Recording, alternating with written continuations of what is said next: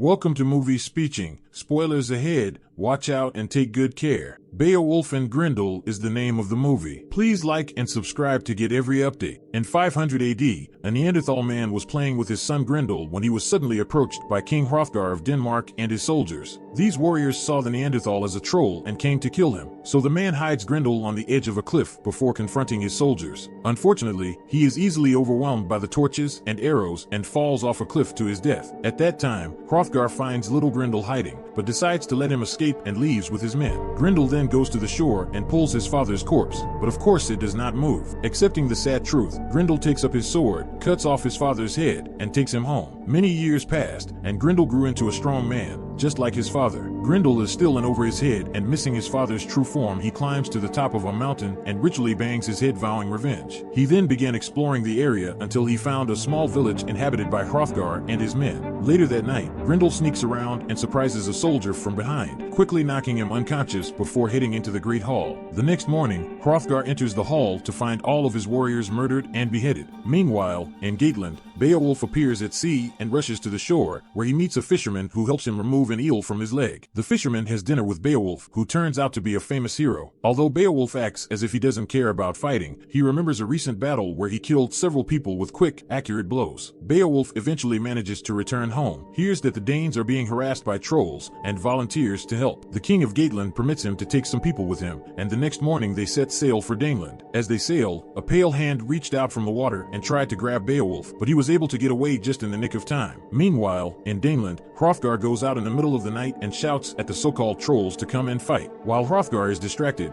Grendel approaches the guard, kills him, and flees. Hrothgar spots him and tries to follow him, but loses him in the darkness. The next morning, Hrothgar is so depressed by the loss that he realizes that the trolls are slowly killing off his men to torment him. His wife tries to scold him, but in vain. She forces him to respond and become the king his people need. Immediately after, preparations are being made for the funeral of a fallen soldier in the village, and Brendan catches the eye. Christian priest, he vows that he can banish the evil plaguing this village, but Hrothgar does not take him seriously. A few days later, Beowulf and his men arrive in Daneland and find that the village is falling apart as they are guided through it. They also see the witch Selma nearby, but she is warned to stay away from her. When Hrothgar hears that Beowulf has come, he jumps out and reveals that the famous hero was born in Denmark and left the country when he was 8 years old. To celebrate this reunion, Hrothgar hosts a special banquet. He is too depressed to give a proper speech, so the queen gives the toast instead. Beowulf then promises to kill the troll before having a private conversation with Hrothgar. Beowulf asks if he should know anything, but Hrothgar assures him that he does not know. That night, Beowulf and his men awake and wait for their enemy. Outside, Grendel approaches the village and finds Brendan praying, but after smelling him decides not to attack him. Grendel then approaches the great hall, sniffs the door, and hears it creak. The warriors hear this and prepare for battle, but when they open the door they find Grendel left alone. The next morning, they interrogate Brendan, who believes he survived thanks to divine protection. Beowulf's group then sets out to search for the troll in the hills, but almost falls into a trap made of wood and deer antlers. The trap shows intelligence, so they suspect it is a troll. After many hikes, they find a snowy area that cannot be traversed without proper gear and equipment and return to the village. Meanwhile, Grendel enjoys playing with the skulls of the people he has killed. Back in the village, the locals are so afraid of trolls that they allow Brendan to baptize them and make them Christians, believing that if blessed, they can survive like trolls. Although Hrothgar still prefers their traditional paganism, he is not opposed to his people making changes if it means improving morale and giving them hope. Sometime later, Beowulf goes to Selma, who shares the following prophecy: the death of the troll will come at a great cost to both Daneland and Jætland. She doesn't tell the full story, although she believes she will get what she deserves given what the Danes did to the trolls. Beowulf then goes to Hrothgar and asks him some questions and learns that the troll has not killed a single child, woman, or old man. That is, he is fighting with a pure heart. Beowulf could not understand how this started and became worried. Hrothgar cried out to Beowulf, who lost his mind and believed the mad witch. In the middle of the night, the warriors hear a noise and rush outside to fight, but again they see nothing. After they returned indoors, Grendel comes out of hiding and runs away. The next day, Beowulf sees Hrothgar training with the sword and quickly gives up. He intervenes, challenges Hrothgar's enemies, and defeats him with just a few quick moves, while teaching him that fear is always justified. Beowulf then asks Selma to divine his future, but the ritual is interrupted by strange noises. Beowulf runs outside, sees Grendel running away, and immediately mounts his horse and chases him into the mountains. Grendel climbs into a realm that Beowulf cannot reach and speaks in his language, but luckily Thelma interprets for him. It turns out that Grendel does not attack Beowulf because he is not Danish, and when Beowulf explains that he was born here and shouts insults, Grendel simply throws some stones at Beowulf and walks away. Confused, Beowulf consults Selma, who explains that Grendel will not fight because Beowulf is not harming him. On her way home, Beowulf wants to know why the troll was in front of Selma's hut, and she tells him that Grendel likes her because the men in her village have taken advantage of her ever since Grendel came there. He explains that it's because he doesn't come here anymore. Beowulf is shocked to hear that the troll has her name, adding more clues about her not being true.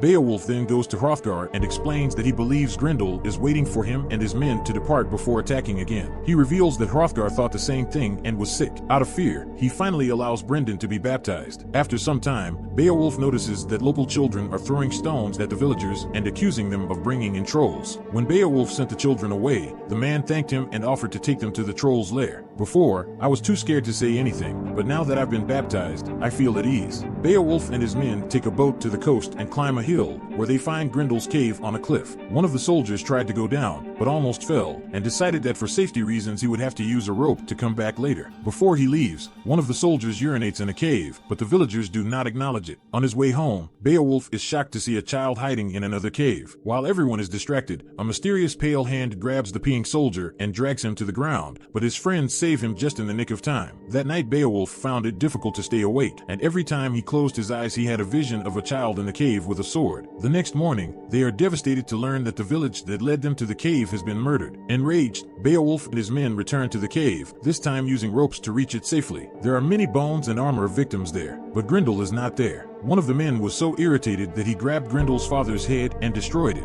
Beowulf then goes to Selma and asks for help. When her girlfriend refuses, he ties her up and takes her to his mountain, expecting her to run away when Grendel threatens her with a knife. However, when nothing happened to her, Beowulf released Selma and left her behind after scolding her for being on the wrong side of her. Meanwhile, Grendel returns to the cave and discovers the destroyed skull. After smelling the scent and identifying the culprit, he goes to the top of the hill and performs the same blood ritual, vowing revenge. At nightfall, while everyone is asleep, Grendel appears in the village and kills the guard outside with his spear. Grendel then bursts into the great hall and awakens Beowulf and his men. When the soldiers tried to fight Grendel, chaos ensued. Grendel was too strong to withstand attacks from weaker humans. He hits the men but does not kill them, only pushing them away until he reaches the man who destroyed his father's head. After whispering the word Papa, Grendel finally kills Papa in revenge. Enraged, Beowulf jumps on Grendel's back and tries to punch him, but Grendel only throws Beowulf onto the table and begins climbing the chains to reach the upper floor. Beowulf pounces on him again, trying to make him fall and tie something to him, but Grendel flips him off and jumps out of the window, only to fall into a trap set by Beowulf. Now Grendel is hanging on his right arm, but he does not hesitate to pick up his spear and solve the problem. As soon as Grendel frees himself, he flees, leaving his arm behind. He enters the water bleeding to the beach, where he is carried away by dead, pale hands. The next morning, Beowulf points out that he wants to hear the truth from Hrothgar, as Grendel did nothing until he touched something that was his. The king admits that he killed Grendel's father for stealing the fish and took pity on his son and spared him. Beowulf and his men then follow a trail of blood and discover that it ends in the ocean, so they accept that Grendel is dead. That night, a party is held in the village to celebrate Grendel's death, and his arm is kept as a trophy. Beowulf leaves the party to visit Selma and discovers a witch mourning Grendel. Selma explains that Grendel found her cabin one night and exploited it. From that day on, he never touched his girlfriend again and started protecting her from the villagers. Beowulf decides to kiss Selma, but Selma beats him as punishment for tying her up and using her as bait. She then jumps on him and they have a fun night together. Meanwhile, a creature with pale hands that emerges from the sea turns out to be a sea witch. She comes to the village and immediately kills Brendan, then enters the great hall and finds Grendel's arm hanging from a pillar, and she cries out because Grendel was her son. At that moment, her soldiers come after her, but the sea witch effortlessly pushes them back, killing several of her soldiers and fleeing with her arm. All of this was witnessed by a mysterious boy from the cave, who hurriedly told Selma about it. Selma seems to know about the child and takes him away before Beowulf can see him. The next morning, Hrothgar discovers the carnage in the great hall and screams for immediate action. Beowulf and his men ride to the coast, find a man's head on a spear, and vow revenge. They explore the surroundings and enter a seemingly small cave, but Grendel notices that it leads underwater. He removes his armor and swims until he emerges on the other side of the cave, where he finds Grendel's body and a large treasure trove. Sea Hag quickly spots him and attacks him, quickly disarming him before throwing him to the ground in an attempt to kill him. Beowulf tries to hit her with her stone until she pushes the witch away. Then he grabs her sword from her treasure trove and kills her with one blow. Suddenly he sees a shadow, but it's just a boy from his dream with a sword. As Beowulf looked at him, he finally realized that this boy was the child of Grendel and Selma. Beowulf then returns to the village, where another funeral is being held. It's time for him to leave, but first he visits Selma, who points out that he's different from the others and hopes they can be together. He disagrees because Selma killed Grendel and created an orphan, so he is no different from Hrothgar. This prompts Beowulf to erect a tombstone in Grendel's honor, which the boy admires from afar. Later, when Beowulf sails back to his country with his men, he notices at a glance how Selma and her child are saying goodbye. Thank you for watching. See you on the next video.